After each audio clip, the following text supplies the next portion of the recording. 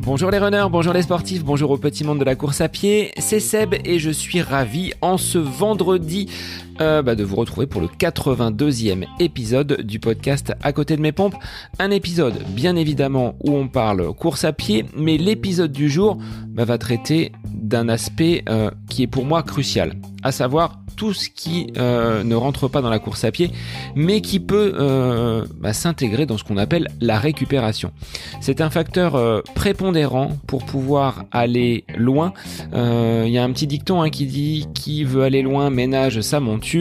Et écoutez, c'est tout à fait ce que j'ai voulu aborder dans cet épisode, consacré donc aux différents protocoles pour optimiser sa récupération et pour pouvoir aller au bout de vos objectifs. Pour certains, vous êtes lancé en ce début d'année 2022 dans une préparation pour différentes courses, un 5 km, un 10 km, un semi-marathon, pour certains des marathons et pour d'autres, voire encore plus lointains, des objectifs encore plus fous. Mais pour aller au bout de ces objectifs, il faut être conscient que la récupération est quand même un facteur très très très important. Facteur d'ailleurs qui est bien souvent négligé par bon nombre de coureurs. Alors, plutôt que de vous en parler, de ma propre expérience et du regard que je peux en avoir, j'ai préféré faire appel à des experts, des personnes que je considère comme étant des références dans leur discipline, deux anciens invités que vous connaissez déjà, que vous avez appréciés.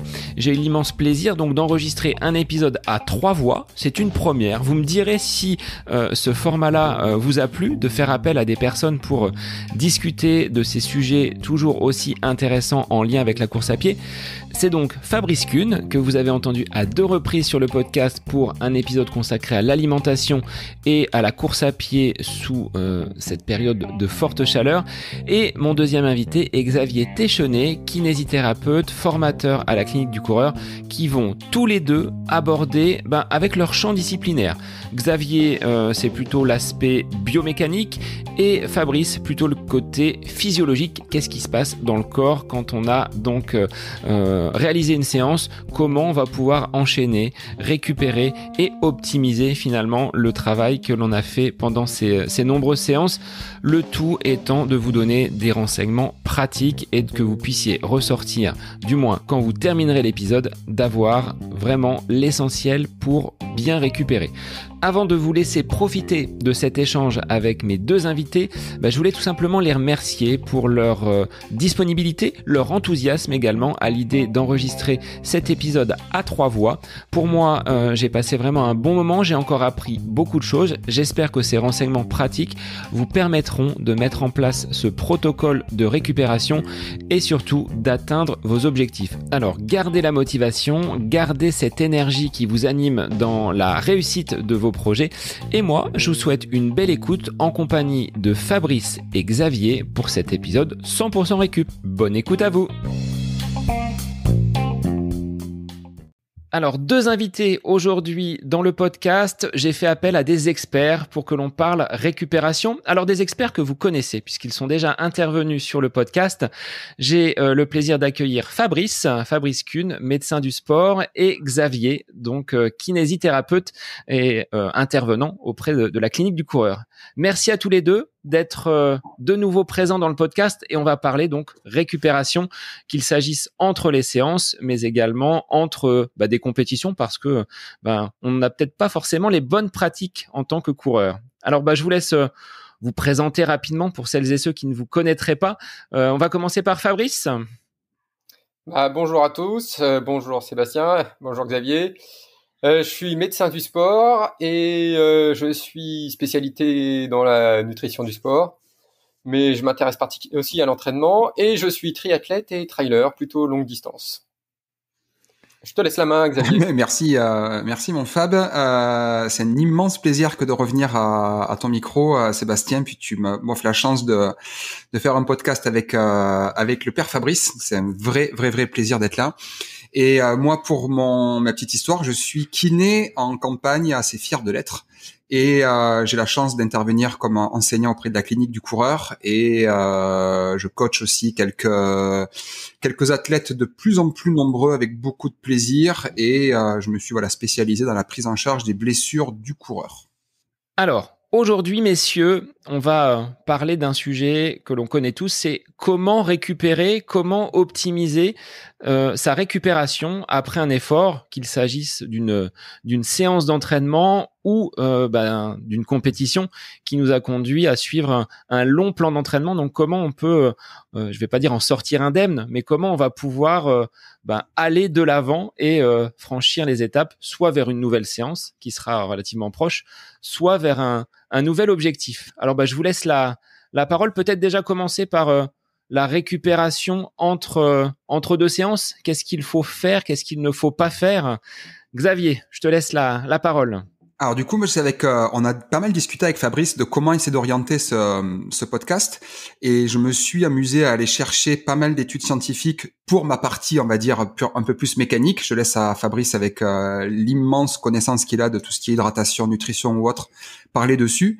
Et en fait, je suis bien plus tombé sur des a priori, des gourous ou des tips, des astuces de récupération qui en fait sont des mythes totalement non validés scientifiquement.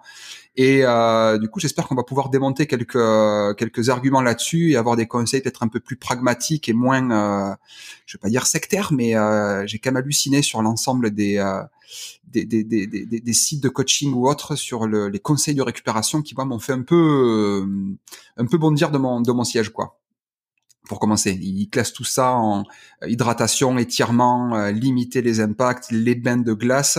La nutrition, Fabrice va en parler. Le sommeil, là-dessus, on va pouvoir discuter, je suis assez d'accord. Et après, tout ce qui est massage ou etc., mais il y a de quoi discuter. Alors, on va pouvoir casser quelques mythes, en effet. Déjà, qu'est-ce qui se passe Fabrice, une fois qu'on a terminé une séance, qu'est-ce qui s'est passé dans notre corps au niveau, on va dire, physiologique? Est-ce qu'il y a eu des modifications, une élévation de la température, des choses qui doivent rentrer, on va dire, dans la normale avant que l'on puisse passer à autre chose? Alors, très bien de question, parce que exactement, c'est la première question qu'il faut se poser, c'est genre, pourquoi récupérer, en fait? Donc la première question, c'est qu'est-ce qui s'est passé dans notre corps?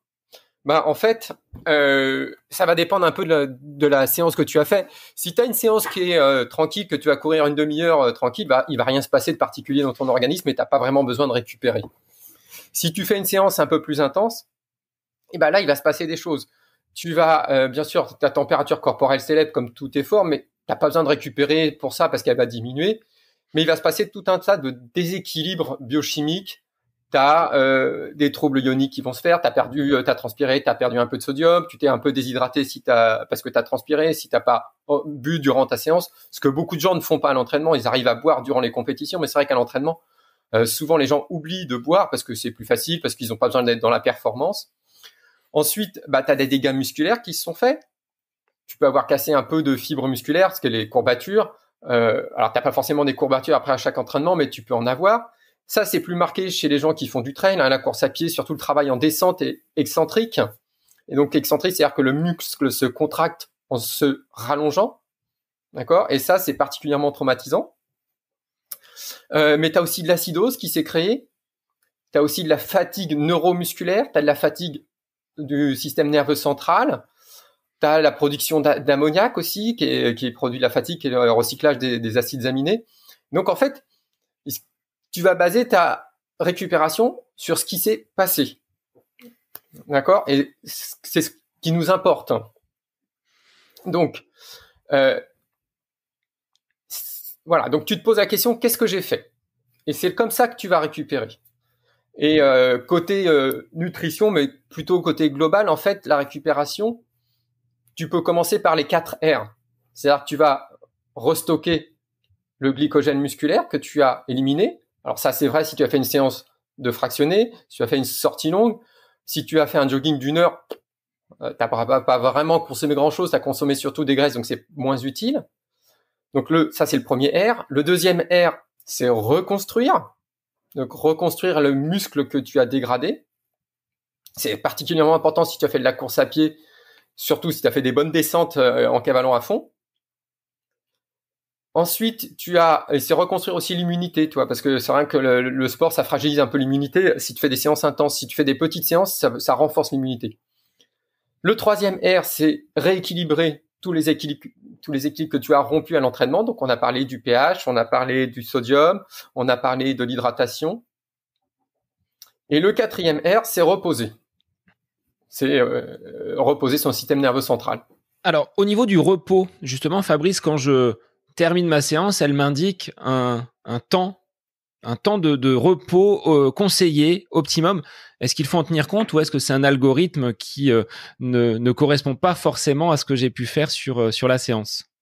Je pense que tu peux en tenir compte, mais c'est aussi un algorithme qui est pas toujours très fiable parce que déjà, faut le faire avec un cardio-fréquence-mètre au niveau de la poitrine et pas au niveau du bras parce que ça capte beaucoup moins bien, c'est beaucoup moins fiable. Et puis après, ça dépend de tes habitudes d'entraînement. Si tu t'entraînes très régulièrement depuis très longtemps, ta récupération est un peu diminuée. Ça peut dépendre aussi de ton âge. Et puis, il y a des facteurs génétiques. On récupère tous plus ou moins bien. Donc, c'est un indice, mais c'est pas le seul indice. Alors, tu parlais d'immunité. Est-ce qu'il n'y a pas une fenêtre alors, je pense sur une de mes lectures, observé cela, une fenêtre où on était un petit peu plus faible et où il fallait peut-être, je sais pas, se couvrir ou être vigilant. Est-ce que tu peux évoquer justement cette fenêtre, on va dire, liée à l'immunité où on baisserait peut-être un peu plus les défenses? Alors oui, ça s'appelle l'open window en anglais.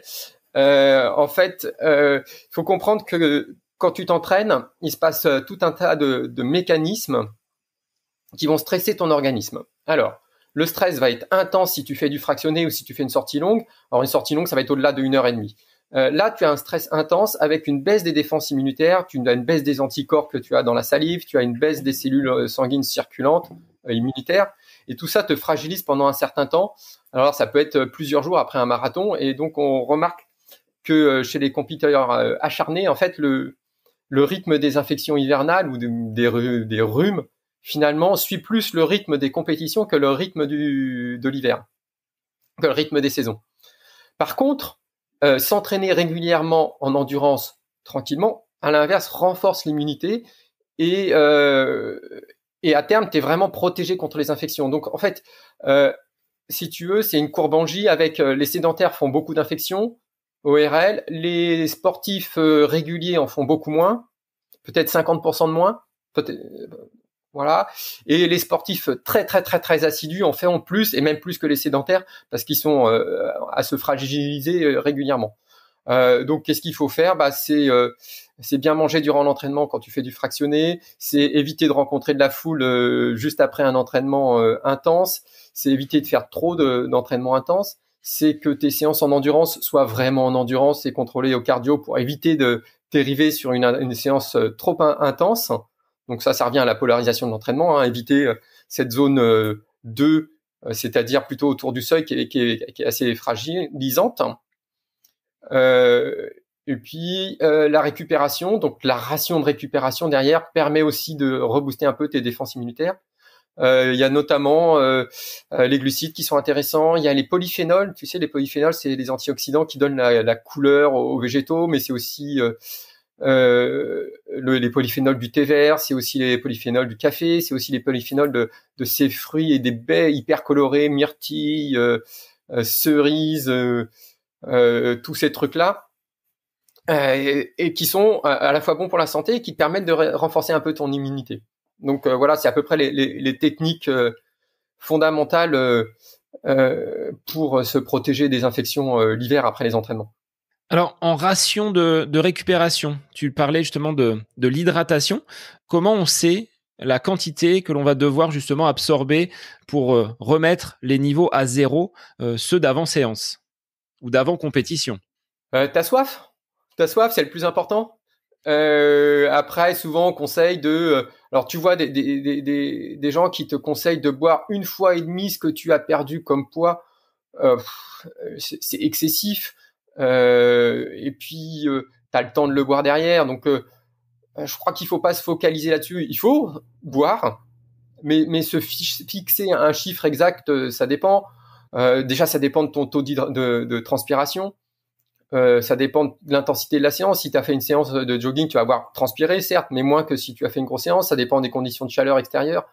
Moi, je me fie vraiment à la soif là-dessus. C'est suffisamment efficace. Tu bois en rentrant et la soif est pas mal. Alors Xavier, pour rebondir sur ce point hydratation. Puis ça serait quand même extrêmement pénible d'avoir à comment on peut dire, à se peser avant et après chaque entraînement, quoi. On commencera à rentrer dans une notion, comment est-ce qu'on pourrait dire, de manque de plaisir évident et d'intellectualisation plus de l'entraînement qui, moi, me perturberait énormément, quoi. D'avoir systématiquement ce besoin de se peser avant et après m'embête, quoi. Ouais, je suis d'accord. Est-ce qu'on peut se fier peut-être à la couleur des urines? Est-ce qu'elle a un lien, cette couleur, avec le taux d'hydratation de notre corps? Plus elle serait foncée, plus on aurait besoin d'être hydraté. Est-ce qu'il y a un lien entre cette coloration des urines? Ah oui, bien sûr. Bien sûr. Tu as raison, hein, plus c'est coloré, plus tu as besoin de t'hydrater. Mais en même temps, ça sert à rien de surhydrater parce que de toute façon, tu vas l'uriner. Et si tu es en manque d'hydratation, tu vas avoir soif. Donc, écoute ta soif, ça suffit.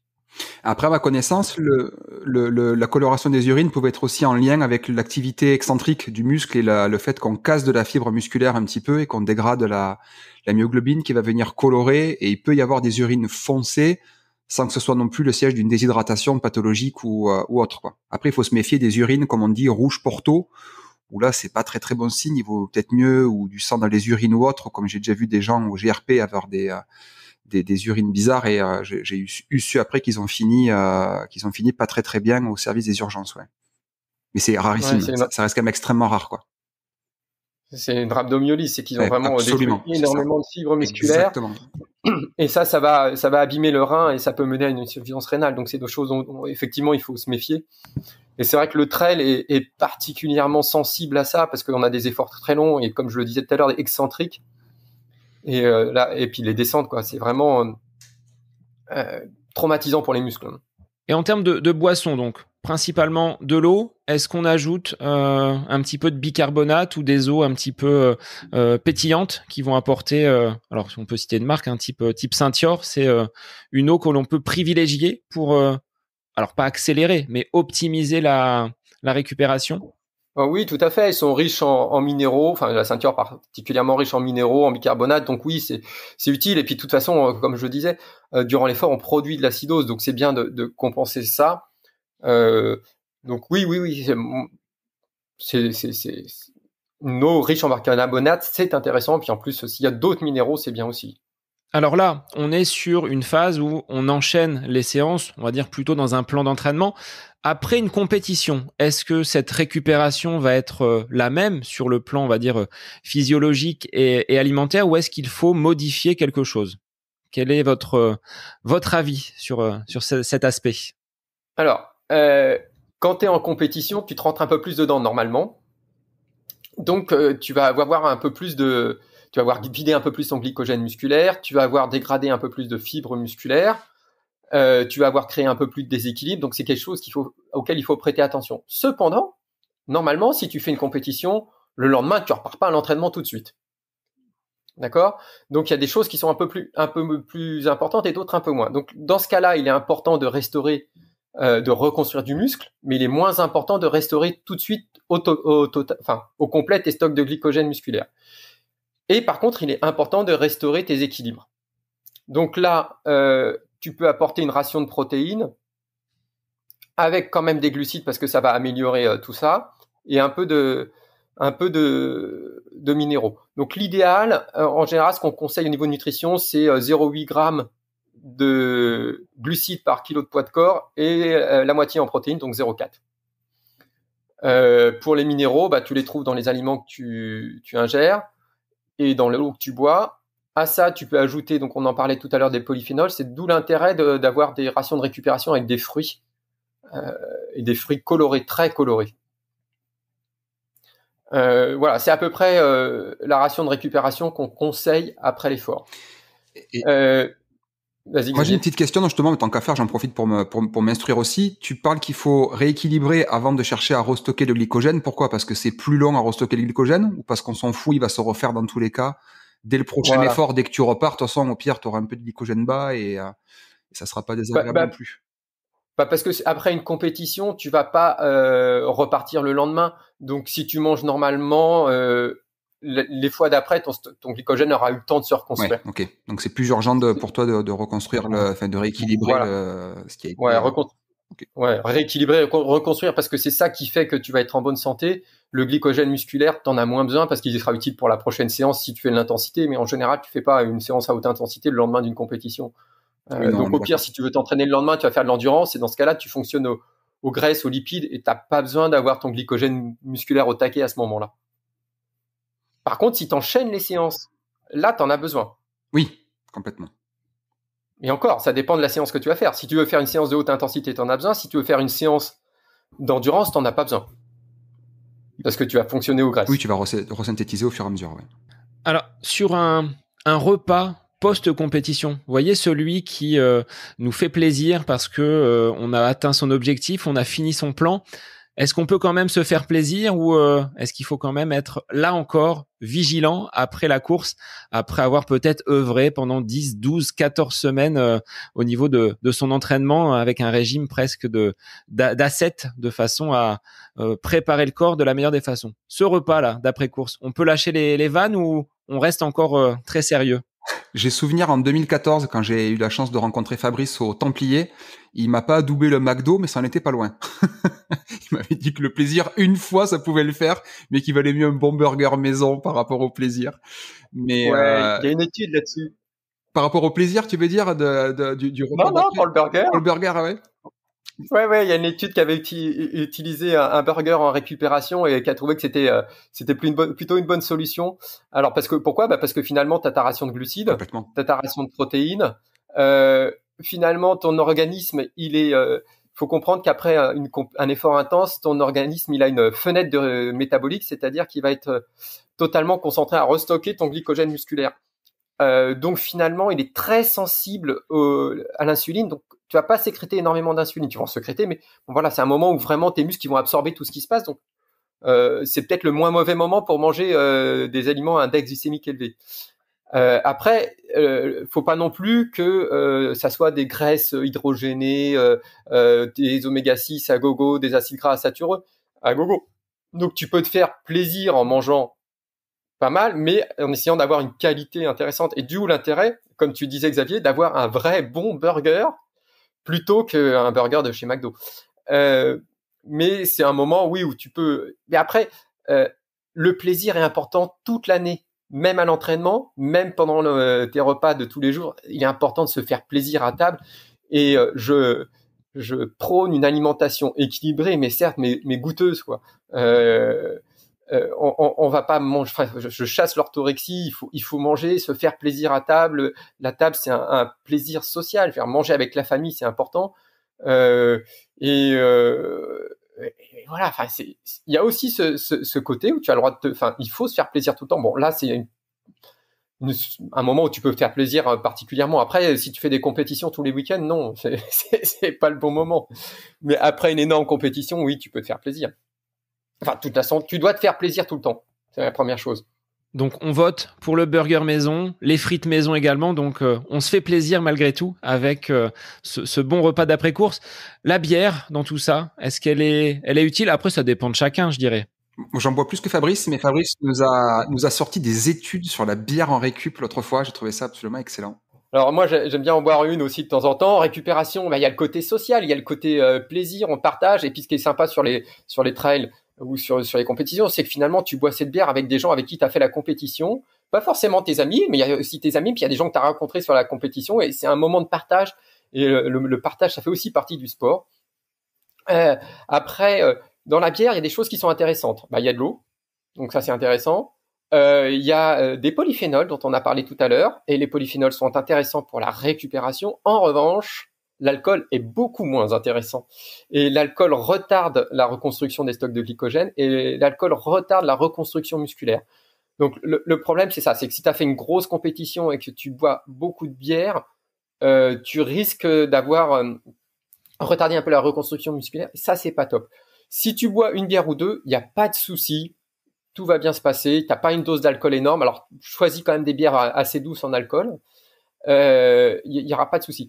L'effet diurétique, effectivement, est pas compatible avec la récupération. Cependant, tu vas pas te déshydrater si tu bois une bière ou deux. Au-delà, je te le déconseille. Une bière ou deux en récup, ça va, mais pas tous les jours. Après, un objectif important, le partage, le plaisir, ça va pas entraver tes capacités de récupération. Par contre, ce qui est encore mieux, c'est de manger avec et de boire un peu d'eau, parce que du coup, l'effet diurétique de la bière va être diminué. Et l'effet de l'alcool aussi. Et tu n'auras pas besoin de boire autant de bière. Enfin, tu n'auras pas envie de boire autant de bière. Donc là, c'est un bon moyen de l'utiliser. Mais pas tous les jours. Bon, alors on note ce conseil sur la bière, mais avec modération. Alors, Fabrice et Xavier, hein, vous allez pouvoir intervenir tous les deux. Quand un objectif est rempli, est-ce que émotionnellement, moralement, ça peut impacter la récupération ? À l'image d'une course qui est vraiment satisfaisante, on est rentré dans le temps que l'on voulait faire, on a atteint son objectif. Est-ce que ça va peut-être indirectement accélérer la récupération parce qu'on est porté par un élan positif ?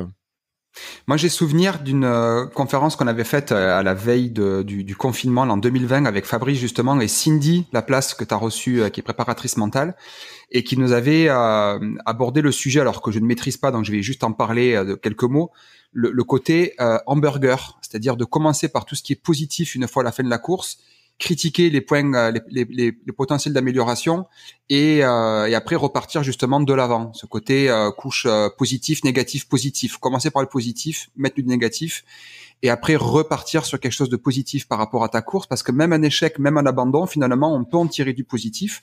On peut en tirer un apprentissage. Bon, c'est sûr qu'une blessure, quand tu te fais une entorse, que tu dois abandonner, c'est plus compliqué. Mais on a tous, lors d'une course, des choses qu'on peut améliorer, puis des choses qu'on a quand même bien faites.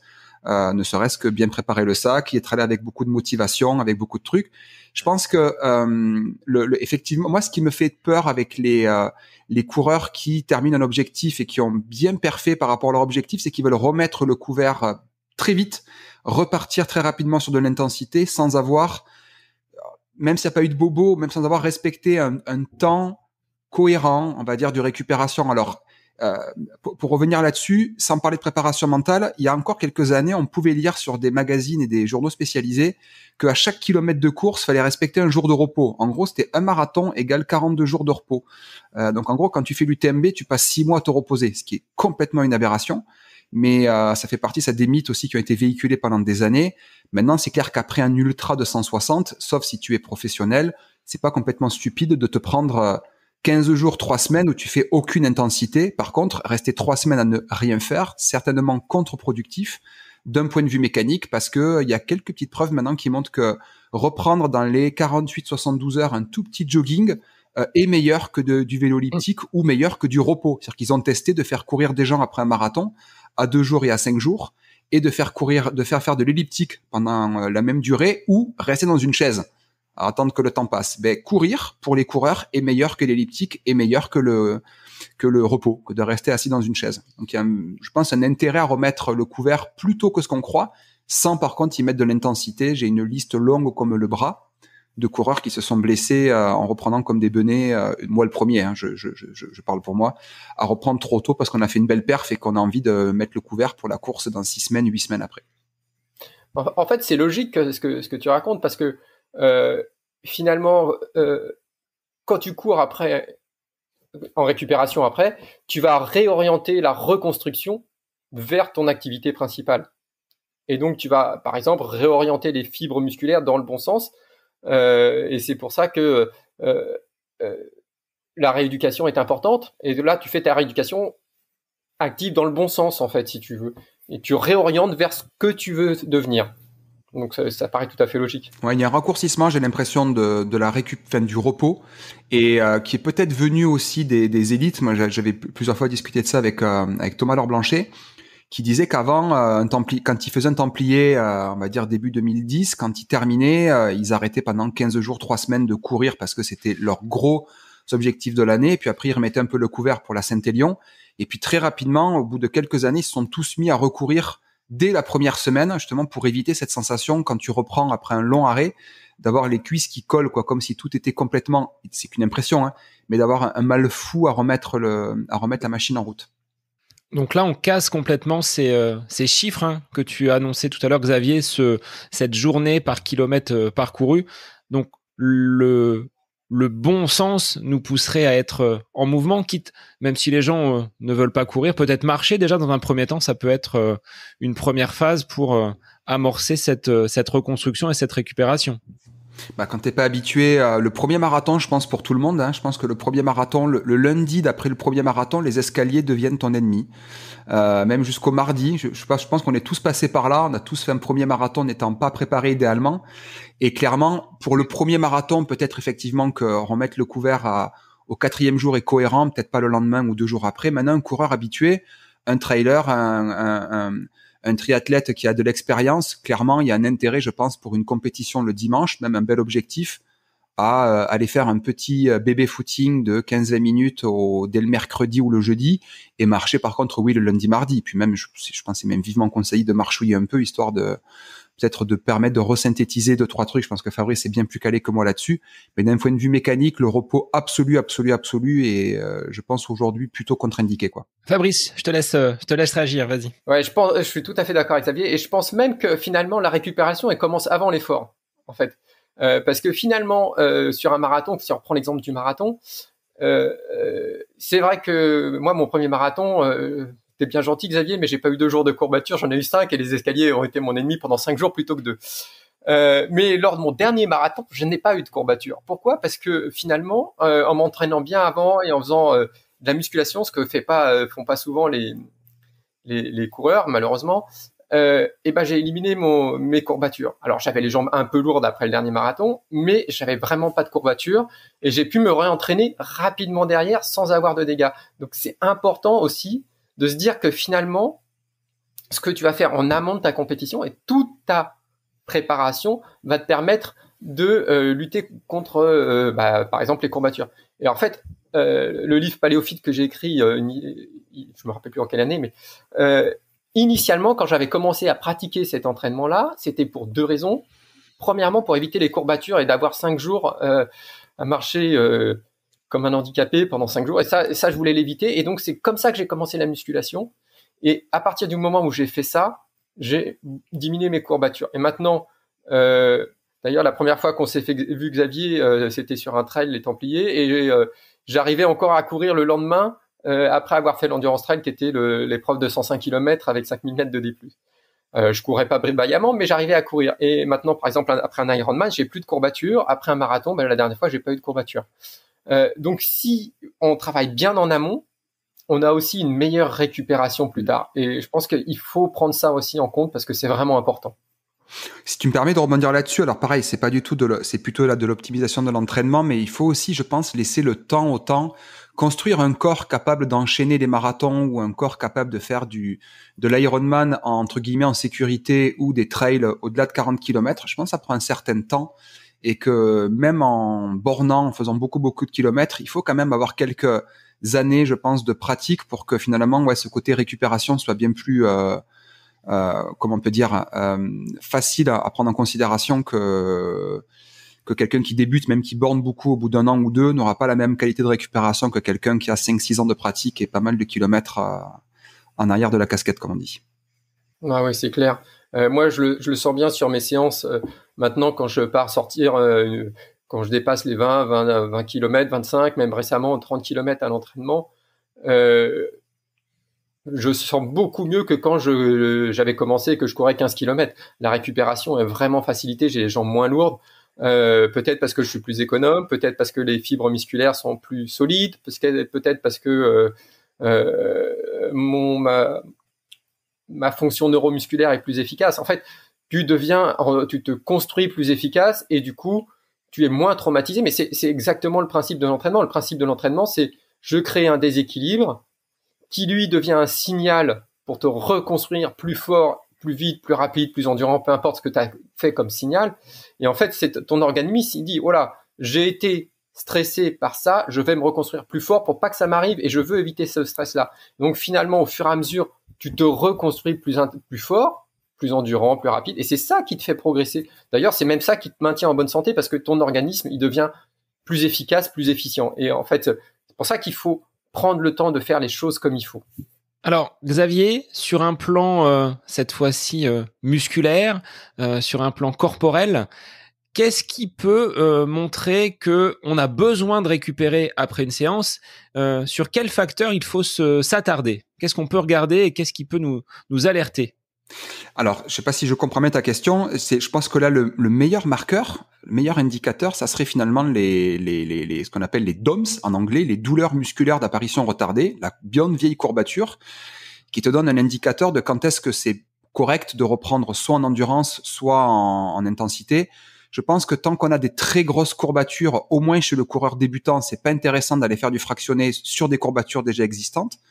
Par contre, sur un coureur habitué, à un moment donné, je pense que tu es moins sensible aux courbatures et il peut même être intéressant d'aller te faire un travail derrière avec un peu de courbature justement pour chercher à repousser encore une fois les limites de ton corps et permettre à ton corps d'être plus capable d'encaisser de l'entraînement, donc de diminuer ton temps de récupération. Je sais pas si ça peut répondre à ta question, mais je pense que ce facteur de douleur musculaire est hyper important, quoi. La courbature doit être un élément à respecter. Tu as manqué de respect à ton muscle, mais dans le bon sens, pour qu'il devienne bien plus tolérant. Je trouve qu'il est intéressant de le laisser un peu s'exprimer et il te dit pendant 2-3 jours qu'il a pas très envie. Ou 5 jours après le premier marathon. Et honnêtement, je pense que moi aussi, j'avais laissé là jusqu'au vendredi, c'était compliqué après mon premier marathon de Toulouse, ouais. Sur l'organisation, sur la planification de l'entraînement, alors là, ce serait un autre sujet.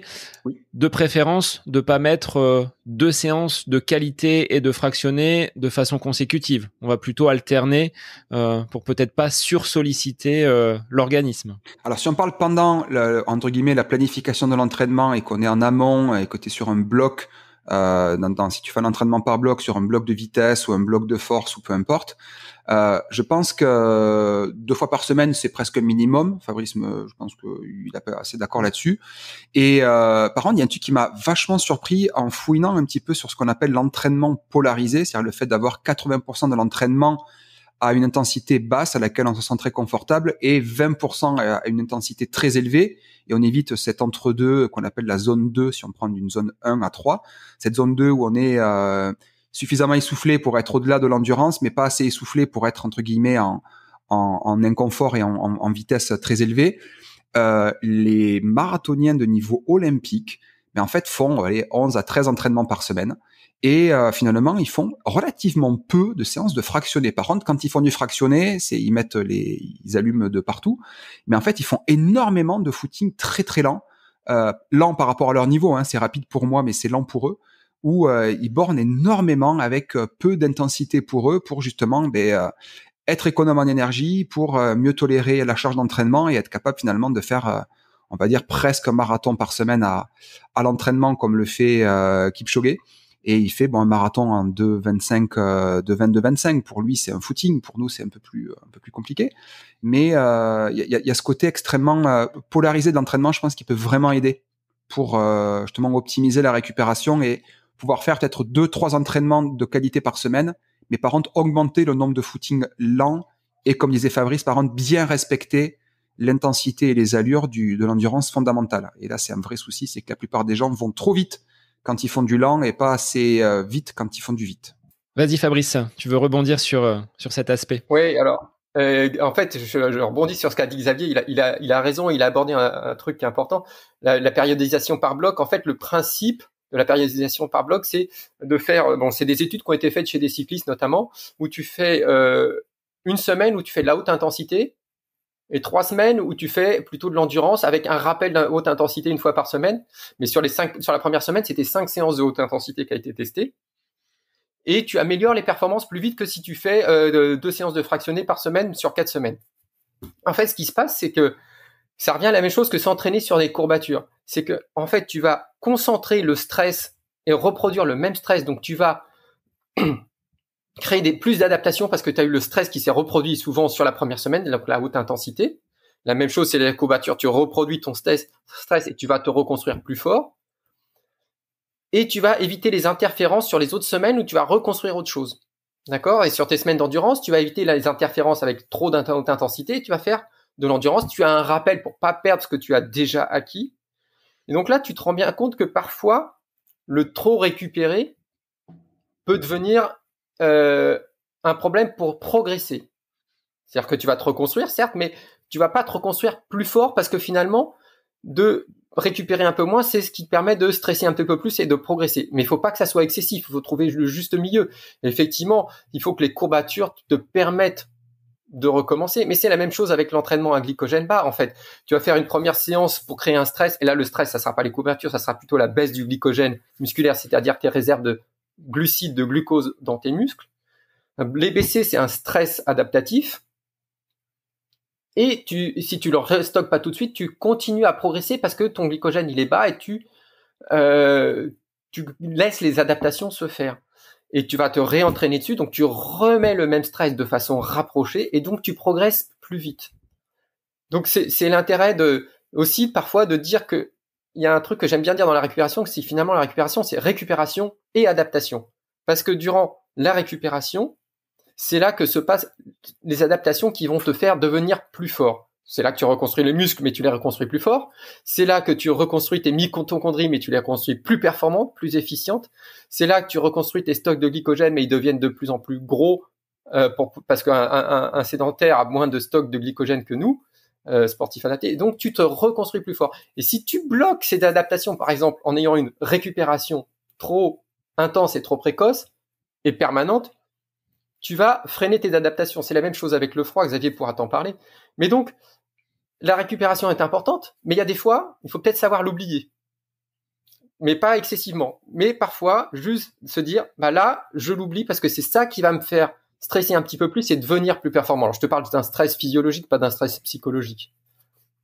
Alors, par contre, le kiné que je suis un tout petit peu inquiet si ceux qui vont écouter le podcast se disent, OK, je vais faire 5 séances de fractionné la première semaine, pendant les 2 premières semaines, et puis après, je vais faire de l'endurance et un rappel. Chez les cyclistes, je suis entièrement d'accord. Chez le coureur, je pense que c'est le meilleur moyen de venir me consulter après. Si les gens ne sont pas adaptés, on est bien d'accord. C'est juste pour dire que, voilà, que des fois, c'est juste ça. Alors, en triathlon, je suis entièrement d'accord. On peut se mettre une caisse de malade en natation et en vélo. En course à pied, il y a des pathologies qu'on voit moins, dont le surentraînement, juste parce qu'on se blesse avant. On a la chance d'être suffisamment costaud, mais un peu fragile. Si on charge trop la mule, on risque de se blesser au genou, au mollet, au tendon d'Achille, peu importe. Et que si vous écoutez ce podcast, ne faites pas 5 séances de fractionné pendant 2 semaines d'affilée. Si vous n'êtes pas habitué, vous allez droit à l'infirmerie. Par contre, on est d'accord. Construisez un corps capable de tolérer ça. Par contre, en vélo, on peut faire 2 séances d'intensité en course à pied et se coller une séance de paléophyte, par exemple, qui fera moins de courses, mais vachement de renfort, et derrière se faire une séance de Jiménez, peu importe, on pourra en discuter une prochaine fois, sur vélo, sur un trainer ou du Zwift, qui fera de l'intensité, mais avec moins de risque de s'allumer, parce que la course à pied a quand même une tendance à véhiculer un poil plus de blessures que le vélo. On est d'accord. C'est vrai que moi j'ai l'avantage d'être triathlète et donc en fait je mélange les deux sports et du coup quand j'ai mes semaines d'intensité j'en ai à vélo et j'en ai à pied. Voilà. Mais effectivement je dépasse rarement 3 par semaine à pied. Mais faites pas 5 séances de vitesse par semaine en course à pied, sauf si vous êtes très habitué, sinon vous allez vous fumer. Mais ça peut être une stratégie aussi, Fabrice, de privilégier peut-être les sports portés, le vélo, la natation, pour optimiser également cette récupération. J'ai cru une stratégie pour se blesser, moi. Non, stratégie pour optimiser et non pas se blesser. C'est sûr que le vélo et la natation, musculairement, c'est beaucoup moins traumatisant. Mais moi, j'ai utilisé cette technique avec 5 fois par semaine, en mélangeant vélo et course à pied. Et je continue, mais pas à 5 fois. Maintenant, 3 fois dans la semaine, ça me suffit. Je me rends compte que je récupère un peu moins. L'intérêt de ce que je disais, c'est que finalement, c'était pour montrer que de cumuler un peu les stress, mais sans excès et à son niveau, ce dont on n'est pas tous capables, permet de progresser. Et que la récupération doit être vraiment modulée en fonction de l'effort que tu as fait et de ce que tu veux obtenir comme adaptation et de ce que tu vas faire derrière. Tu vois, si tu te fais une séance de haute intensité et que tu veux créer des adaptations, il peut être intéressant de conserver un peu ce stress. Mais par contre, si tu veux enchaîner les séances de haute intensité, il faut pas le faire.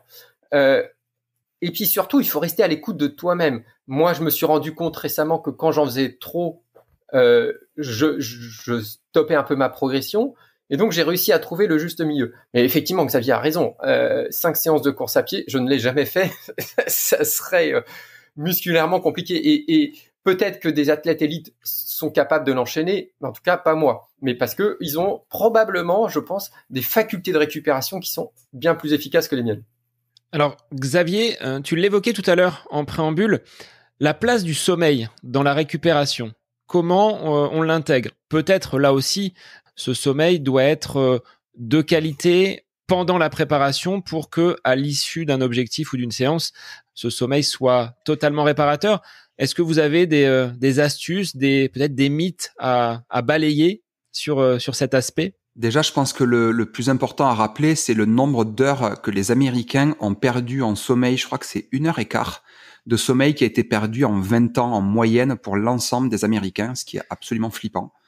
Et il y a de plus en plus d'études. En tout cas, aucune étude ne montre que le manque de sommeil est une bonne chose. C'est-à-dire que le manque de sommeil, c'est une catastrophe. Chez les ados, en dessous de 10 heures de sommeil, c'est un risque de blessure qui augmente à chaque demi-heure de sommeil en moins. Chez les adultes, c'est pareil. Chez les élites et chez les footballeurs, par exemple, chaque heure en dessous de 8 heures augmente de je ne sais plus combien le pourcentage de risque de blessure. Et en fait, il faudrait presque dire qu'un sportif de haut niveau, quelqu'un qui s'entraîne énormément, a pour obligation de dormir beaucoup, a pour obligation de faire la sieste. Le souci, c'est que le sommeil peut être perturbé d'un point de vue par le sport. Si tu fais une séance à très haute intensité à 9 heures le soir, bon courage pour t'endormir derrière parce que tu augmentes ta température corporelle. T'as une excitation, t'as plein de trucs qui va t'empêcher de dormir. Donc, t'as tout ce qui est facteurs sportifs qui vont jouer sur le sommeil et tous les facteurs extrasportifs. Les réseaux sociaux, le fait de faire des montages de podcasts jusqu'à minuit ou 1h du matin, Sébastien par exemple, le fait d'aller jeter un dernier coup d'œil, on sait jamais, sur Instagram, sur Facebook, quand la Casa de Papel est sortie, c'est extrêmement compliqué de trouver le sommeil, quand à chaque fois tu as le cliffhanger à la fin de l'épisode où tu as envie d'allumer le suivant. Il y a énormément de choses qui aujourd'hui nous privent un petit peu de la faculté à bien s'endormir par trop d'écran, peut-être trop de stimulation, puis on fait beaucoup plus de choses qu'avant, sans rentrer dans un argument d'un retour à ce qui était mieux avant, mais clairement on était moins stimulé au niveau visuel après 19h 20h il y a plusieurs années qu'aujourd'hui, et clairement on sait que ça perturbe l'endormissement, on sait que ça perturbe la qualité du sommeil, et puis de manière globale aujourd'hui j'ai presque l'impression une valorisation des gens qui dorment pas, qu'on est vachement fier de dormir que 5-6 heures par nuit. Moi c'est bon, je dors 5 heures, je suis bien. Enfin moi très honnêtement, je me rends bien compte que je parle très personnellement, quand je manque de sommeil, je me sens bien plus intolérant au sport. J'ai très peur de me blesser parce que je sais que la séance, elle rentrera moins bien, qu'elle sera de moins bonne qualité, que je vais avoir une fatigue accrue par-dessus. Je ne supporte plus mes enfants et je pense que je suis pas le seul parent quand je manque de sommeil d'un point de vue chronique, à avoir envie de secouer mes enfants alors qu'ils ont rien fait de particulier. Il y a un manque de patience, une irritabilité, une envie aussi d'ailleurs Fabrice est pour en parler, une envie de sucre. Il me semble que quand on manque de sommeil, on est plus en appétence d'aller chercher des produits de moins bonne qualité. Et je pense que tout ça joue énormément. Je pense qu'il faut vraiment respecter aussi les cycles de son corps. On sait qu'il y a des périodes où on est plus facilement, il y a des cycles d'1h30 de sommeil où il faut arriver à prendre le bon wagon pour s'endormir. Et puis, il y a des gens qui culpabilisent d'avoir besoin de dormir 9 heures, 10 heures par nuit. Et je trouve ça c'est assez triste, moi, dans ma patientèle et même dans les amis proches qu'on a en commun d'ailleurs avec Fabrice, de gens qui culpabilisent d'avoir besoin de dormir. Ils disent, moi, de toute façon, si j'ai pas mes 9 heures de sommeil, je suis pas bien. Et comme si c'était une honte d'avoir besoin de sommeil, alors qu'il y a des gens qui peuvent vivre avec moins de sommeil et d'autres qui, au contraire, ont besoin de dormir. Et je trouve que c'est essentiel de respecter ce que ton corps te demande, quoi.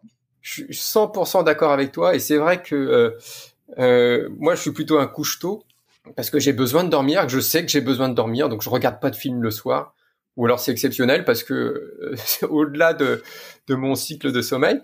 Et c'est vrai que dire qu'on se couche tôt, on a un mauvais a priori vis-à-vis des autres. C'est un peu comme ceux qui buvaient pas d'alcool avant ou ceux. Enfin, tu vois, il y a et c'est dommage. Une pression sociale qui est terrible sur le sommeil, ouais. Ouais, c'est dommage parce que dormir, ça fait du bien à notre corps, ça fait du bien à notre immunité. Le manque de sommeil est aussi un facteur de risque d'infection. C'est aussi un facteur de risque de maladie cardiovasculaire. Le manque de sommeil est un énorme problème. Je suis d'accord avec Xavier. Il faut vraiment donner au sommeil toute la place qu'il mérite. faire une sieste, c'est pas une honte, c'est un bienfait pour notre santé. Quand j'ai besoin de faire la sieste, si j'en ai l'occasion, malheureusement dans notre société, c'est difficile de trouver le temps de faire la sieste. Mais quand j'en ai l'occasion et que j'en ai besoin, ça fait feignant. Voilà. Ouais, c'est ça. Mais non, feignant, non. quoi. Ça fait, non, mais réellement, aujourd'hui, il y a un côté, si tu travailles pas tes 12 heures par jour, ben, tu sers à rien à la société. Enfin, je rentre pas dans un débat stupide, mais il y a un côté, faire la sieste, c'est assez mal vu. Surtout en semaine. Si tu peux t'offrir un quart d'heure de sieste à midi, il y a des fois, je préfère me faire un quart d'heure de sieste que faire une demi-heure de jog.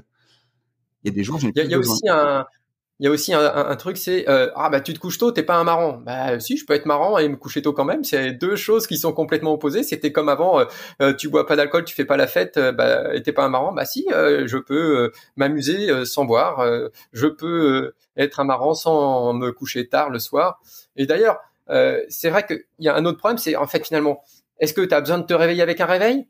Est-ce que t'as besoin de ton café le matin? Si tu as besoin de te les réveiller avec un réveil à chaque fois que le réveil est compliqué, si tu as besoin de ton café, pose-toi sur des questions sur l'heure à laquelle tu te couches, parce que il y a vraiment un problème de ce côté-là. Complètement. Et là aussi, comme l'entraînement, c'est de la régularité. C'est pas de faire le yo-yo, un coup je me couche tard, un coup je me couche tôt. Il faut que le corps puisse intégrer justement ces processus d'endormissement. Le sommeil aigu, enfin la privation de sommeil aigu, une nuit t'as pas bien dormi pour raison professionnelle, etc., peut être compensée par une accumulation les jours précédents de rajouter 1 heure de sommeil. Donc la nuit blanche parce que t'as peur de prendre le départ de l'UTMB ou de l'échappée belle ou ou t'as fait une soirée un peu trop arrosée. Alors ça, tu bascules vers les 40 ans. Je parle vraiment de la nuit blanche, de la nuit blanche d'avant la course. Moi, je me rappelle mes premiers ultras, mais à 3 heures du matin, alors que le départ était à 6 heures, les yeux grands ouverts parce que un peu la peur, l'objectif de l'année, tout ça. Si t'as suffisamment bien dormi les 7 à 10 jours avant que t'as rajouté 1 heure de sommeil par nuit, tu peux compenser ce manque de sommeil et la performance sera pas altérée même sur une course qui va au-delà de 24 heures. Par contre, je pense que si tu as fait déjà des très mauvaises nuits les semaines d'avant et qu'en plus tu as ta privation de sommeil en lien avec le stress de la course, là je pense que ça va être compliqué au départ, quoi. Et même pendant la course. Ouais, je pense qu'il faut même utiliser ça, c'est te dire que le manque de stress chronique est un problème. Le manque de stress sur une sommeil, tu veux dire le manque de sommeil, tu veux dire. Ouais. C'est pas catastrophique la dernière nuit si tu dors mal avant une compétition, ce qui te permet de déstresser un petit peu avant cette compétition, de te dire bon bah voilà, c'est pas grave, parce que sinon en fait t'es braqué sur ton sommeil, essayer de trouver ton sommeil et t'y arrives pas. Donc voilà. Mais par contre, faut avoir une régularité avant et éviter la dette de sommeil, c'est sûr. Puis de toute façon, clairement, les 2 dernières semaines avant un très gros objectif, il vaut mieux rajouter 1 heure de sommeil par jour que rajouter 1 heure d'entraînement par jour. En fait, il y a même des études sur le sommeil qui ont montré que si tu rajoutais du temps de sommeil à des gens qui dorment déjà le temps qu'ils pensent nécessaire, ils améliorent leur performance. D'accord ? Donc, c'est des gens que tu forces à rester au lit 12 heures et même si ils dorment pas autant que s'ils avaient il y a une phase où ils dorment pas, ils en profitent quand même. Et donc, vraiment, rajouter du temps de sommeil à ce que tu aurais déjà besoin est un bénéfice. Alors, sur d'autres aspects maintenant, d'autres mythes que vous pourriez déconstruire, quid des rouleaux de massage, huile de massage, pistolets de massage que l'on voit apparaître et que j'ai moi-même dans pas ma garde-robe de coureur, mais dans ma panoplie de récupération. Qu'est-ce qu'il faut tenir compte? J'oubliais l'électrostimulation. Qu'est-ce que l'on peut mettre à profit et qui est prouvé, qui va avoir une efficacité, et qu'est-ce qui est digne du placebo? Alors, premier point, si vous vous étirez régulièrement depuis des années, vous êtes content de ça, que ça vous fait du bien et que vraiment vous avez une sensation d'amélioration, juste après l'effort, que vous avez ce besoin-là pour vous sentir bien, continuez.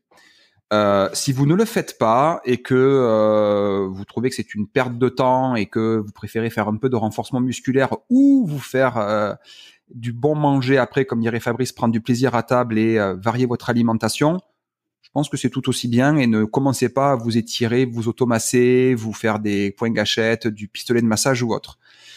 sans rentrer dans des considérations un peu marketing ou autre, c'est des modes. Le pistolet de massage est devenu vachement à la mode. Juste avant, c'était les rouleaux, même si les rouleaux ont toute une place dans la panoplie du matériel du coureur. Alors sur les pistes d'athlée, ils ont tous leurs rouleaux, ils s'étirent tous, enfin ils se massent tous avant tout ça. Je préfère à la limite encore un peu ça que l'étirement passif comme le faisait mon papa, à s'étirer pendant des heures là avant et juste après son entraînement de rugby. Parce que déjà l'étirement juste après l'effort, je suis pas convaincu que ça soit quelque chose d'extrêmement efficace ou autre. Quand tu viens de faire une séance de fractionné, t'as quand même fait bobo à tes muscles et c'est ce que tu veux, hein, tu veux les rendre plus forts. Les étirer derrière, je pense que c'est juste leur secouer la tête après un verre d'alcool pur et que c'est pas forcément hyper indiqué. Dans tous les cas, les étirements, on en avait déjà discuté ensemble. Jamais avant. Juste avant de commencer la course, ne vous étirez pas en passif. Ça sert à rien. C'est même plutôt dangereux. Après, tout ce qui est automassage ou autre, je le prescris à mes patients. Je le conseille pas aux gens que je coach forcément, sauf s'ils sont très contents avec ça. Parce que ça n'a pas une amélioration énorme d'un point de vue preuve scientifique. Mais si les gens sont à l'aise avec ça, qu'ils continuent à le faire. Et l'électrostimulation, ça coûte cher, quoi. Ça coûte cher et je pense que on peut mettre l'argent ailleurs. Mais après, si pareil, vous êtes très à l'aise avec ça, continuez. En tout cas, le niveau de preuve est clairement insuffisant pour que moi j'en achète un pour faire ça.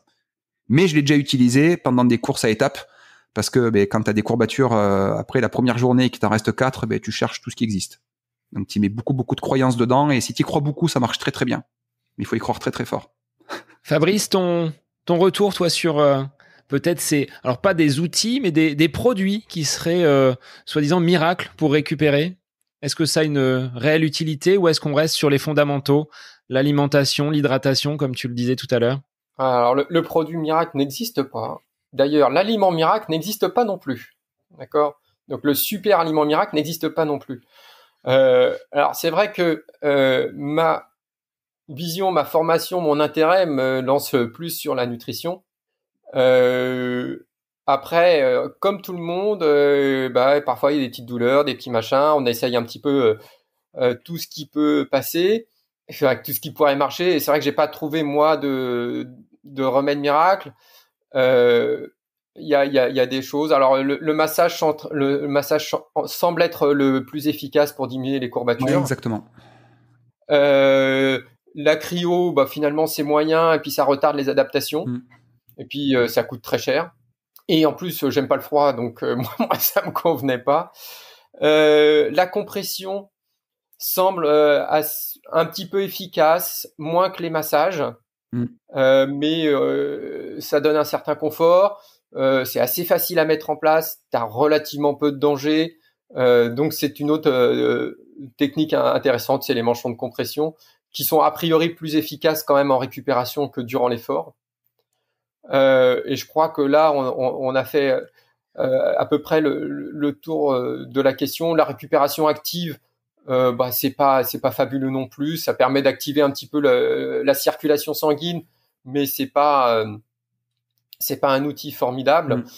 Le plus efficace, à mon sens, reste quand même ta préparation en amont. Exactement. Je veux juste rebondir sur 2 secondes sur les bains de glace, tout ce qui est cryothérapie ou autre. En fait, de l'immersion dans l'eau froide, en gros, les fesses dans une rivière, ça marche aussi bien d'un point de vue perception, d'un point de vue psychologique et même marqueur que des machines très haute technologie qui ont besoin d'azote liquide pour fonctionner ou des compresseurs géants qui consomment énormément d'euros par mois en électricité. Et puis, comme dit Fabrice, surtout c'est anti-adaptatif, c'est-à-dire que le côté social, moi, du froid, après une belle sortie montagne où tu as planqué les bières, justement, ou une petite boisson avec un petit paquet de bonbons ou un petit paquet de cacahuètes avec les copains après ta sortie de 4-5 heures en montagne, tu te mets les fesses dans l'eau, le côté convivial, social est vachement intéressant si c'est une fois de temps en temps. Maintenant, systématiquement, après chaque entraînement, comme je l'ai vu sur certains sites là de coaching ou de conseils de course à pied, de se plonger dans la glace systématiquement après chaque entraînement, on veut de la courbature, on veut avoir des indicateurs que tu as trop chargé et on veut justement que tu crées de l'adaptation et que tu ne sois plus sensible à ces courbatures-là. Donc, c'est clairement anti-adaptatif pour devenir un bon performeur. Si tu veux être bon, il faut tout faire pour qu'il n'y ait plus de courbatures. C'est-à-dire qu'il faudra aller plus loin à chaque fois pour obtenir les mêmes courbatures.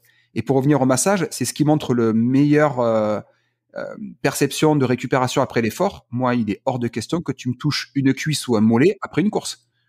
J'ai testé à chaque fois, que ce soit massage léger ou doux, je déteste ça. Je déteste qu'on m'appuie sur les muscles après l'effort. Ils ont qu'une envie, c'est qu'on leur fiche une paix royale.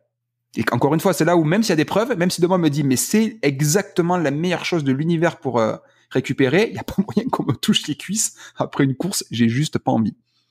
Est-ce qu'il y aurait, Fabrice, un danger justement sur ces outils de cryothérapie, ces capsules où on te plonge en slip avec des gants à moins 150 degrés, voire plus?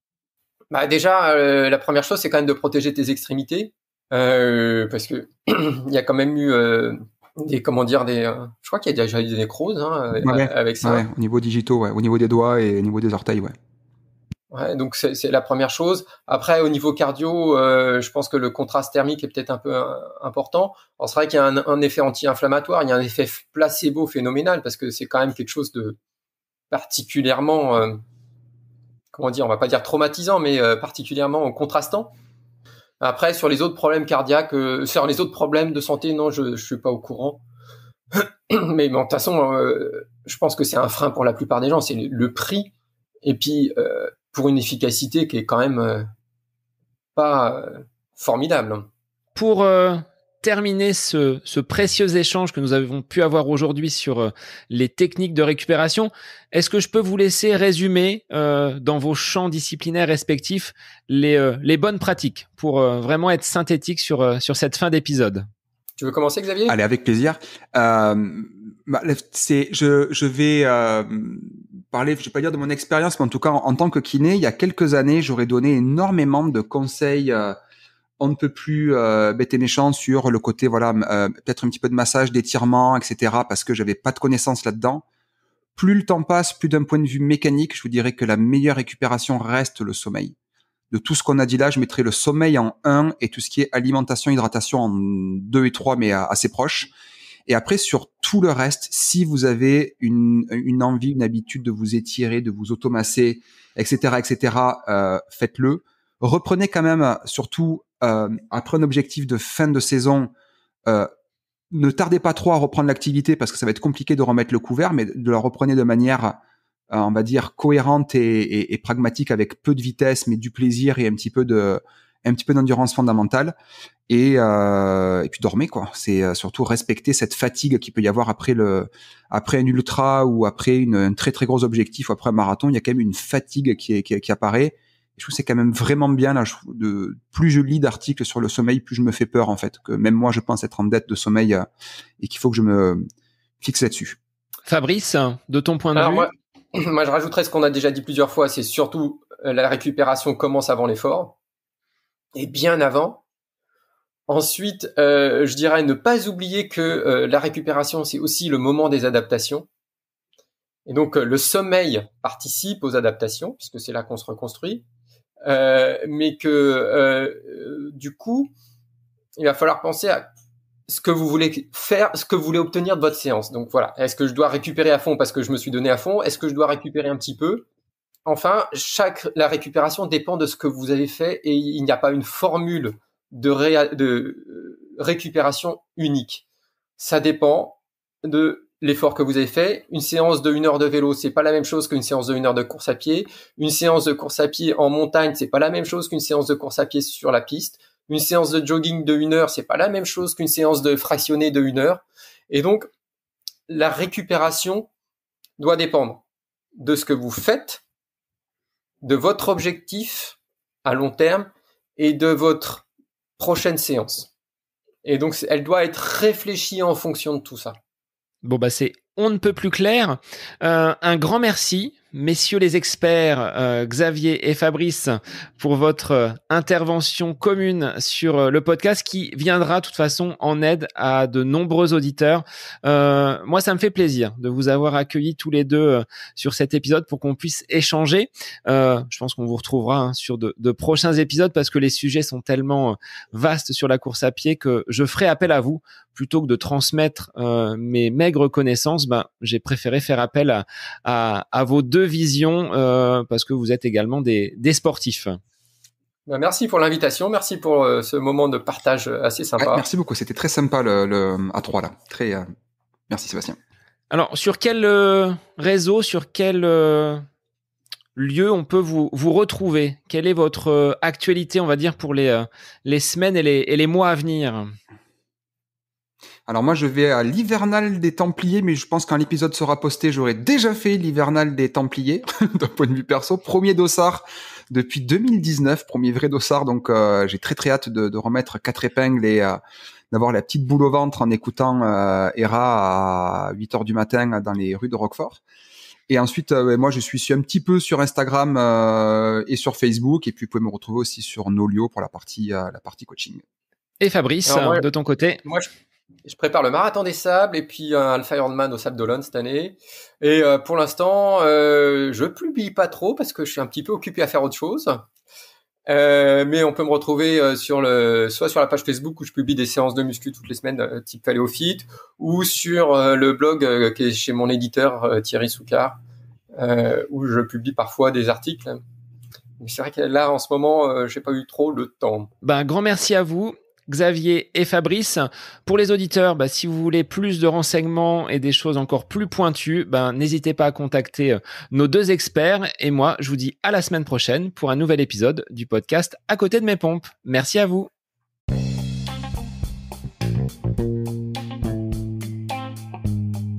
J'espère que cet épisode avec invité vous aura plu. Je vous remercie infiniment de votre écoute.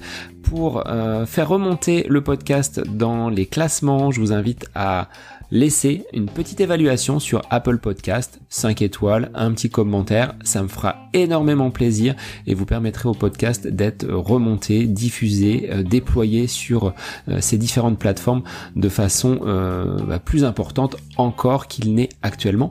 Et puis je vous invite à me retrouver sur les différents réseaux, Facebook, Instagram. Laissez votre petit message, votre commentaire, ça me fait plaisir d'échanger avec vous.